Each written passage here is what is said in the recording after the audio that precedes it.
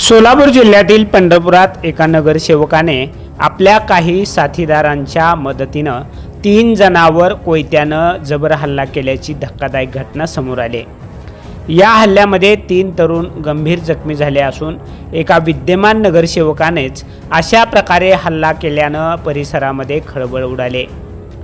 या प्रकरणी पंढरपूर पोलिसांनी नगरसेवकासह तब्बल 20 जणांवर गुन्हा दाखल केला असून घटनेचा पुढील तपास सुरू आहे। लोकेश यादव असं गुन्हा दाखल झालेल्या विद्यमान नगरसेवकाचं नाव असून तो भालके गटाच्या तीर्थक्षेत्र विकास आघाडीचा विद्यमान नगरसेवक आहे।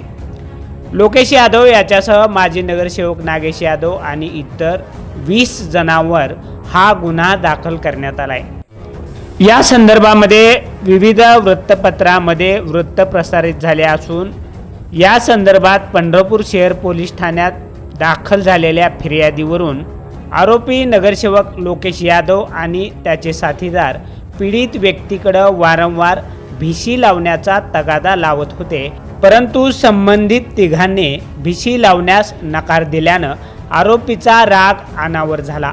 याच रागातून लोकेश यादव आणि नागेश यादव यांनी आपल्या साथीदारांसह मिळून या तिघांवर कोयत्यानं सपासप वार केले।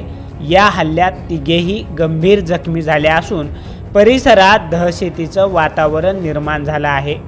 अनिकेत धनवजीर, पवन यादव, प्रसाद यादव, अनिकेत जाधव, ऋषिकेश यादव, अविनाश रणदिवे, अनिल उर्फ भाईजी यादव, बिरू वाघमारे, शंभू थोरात, दत्ता थोरात, तेजेश पवार, राकेश वाघमारे, दत्ता जाधव, रोहित फुलारे, ओंकार पवार, सचिन डोंगरे, संतोष वाघमारे, राहुल उर्फ सोन्या यादव, विठ्ठल उर्फ विठ्या यांच्यावर गुन्हा दाखल करण्यात आला आहे।